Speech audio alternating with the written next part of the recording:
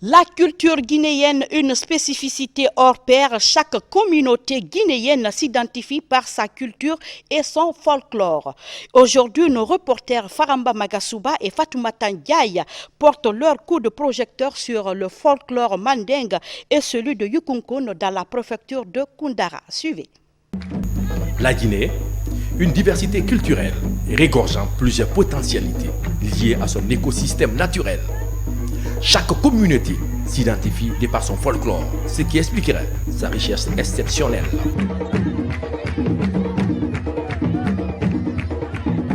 Nos grands-pères, ce qu'ils ont laissé comme héritage, c'est ça, cette culture-là.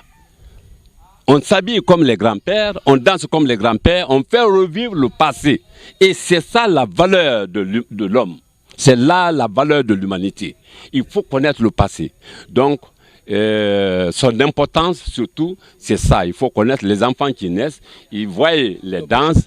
Dans l'ancien Mandé, ça c'était au temps de Sundiata, il y a eu toujours des danses folkloriques.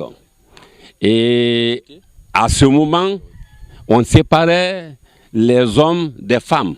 Mais aujourd'hui, on essaie de les regrouper. Le folklore étant l'ensemble des pratiques culturelles comme les croyances, les rites, contes, légendes de nos différentes sociétés africaines. C'est le cas des 4 régions naturelles qui ont une particularité spécifique. Aujourd'hui, l'accent est mis sur les danses de la communauté mandingue et Koniagi, Wame. La danse Woloton qui marque l'état d'âme de la société, le bonheur et la tristesse. La danse Moïko, une danse endémique pratiquée par des jeunes filles à l'âge de la puberté, prêtes à être accompagnées chez leur mari, armés de leur sabre de guerre. Le Moïko, en malinké, Moï, c'est-à-dire naissance. Moï, naissance, c'est la femme qui doit faire des enfants. Eko, c'est-à-dire qui se lave. Donc le Moïko, c'est une femme qui se lave, qui doit faire des enfants. Alors, le Moïko, comment ça doit venir? Ce sont des jeunes filles qui sont à l'âge de puberté,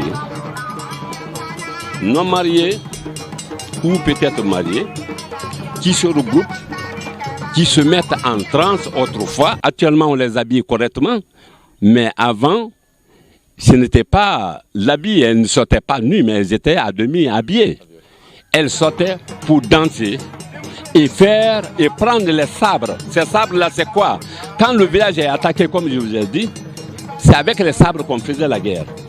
Donc, dans chaque famille, il y a des sabres. Encore à Nukunkan, si vous voulez, venez voir dans les familles, vous trouverez ces sabres-là. Le Woloton, là, c'est une danse spéciale. Vous savez, la culture, elle est liée à l'état de la société, de nos parents. Voilà, quand il y a la tristesse, il y aura des chansons de tristesse, il y a des danses de tristesse. Quand il y a le bonheur, il y a des chansons de bonheur et il y a des danses de bonheur. C'est ce qui fait la valeur de l'Afrique. On ne fait pas ça ailleurs. La danse Tchoufagné, une danse de la communauté Koniagi de Yukunkun dans Koundara. Des jeunes initiés avec un accoutrement spécifique dansent de façon circulaire, une cadence identique pour tout le groupe. Le champion se distingue de par sa capacité à bien osciller ses épaules comme les ailes d'un oiseau dans l'air. Tchoufagné, cette danse est exécutée par les jeunes qui viennent de passer le cap, c'est-à-dire le cap profane pour aller maintenant au cap d'hommes adultes. C'est une phase d'intégration. Donc c'est la nouveauté des jeunes qu'on vient d'initier, qui sont libérés, qui sont intégrés à la communauté des hommes. Leur danse qui s'appelle Tchoufagné, sa façon de s'exécuter se remarque par la façon de remuer les épaules et les bras. La danse Tchoufagné s'exécute, vous regardez des pieds jusqu'à la tête, on fait ça, comme ça, comme ça. Vous voyez le style? Mais le pied comme si on veut s'envoler là. Et leur danse, au lieu que ce soit comme ça, c'est une danse d'homme fort. À l'image un peu de Doudoumba en Haute-Guinée. Et ils dansent en bondissant. Et vous voyez les bras cette fois-ci.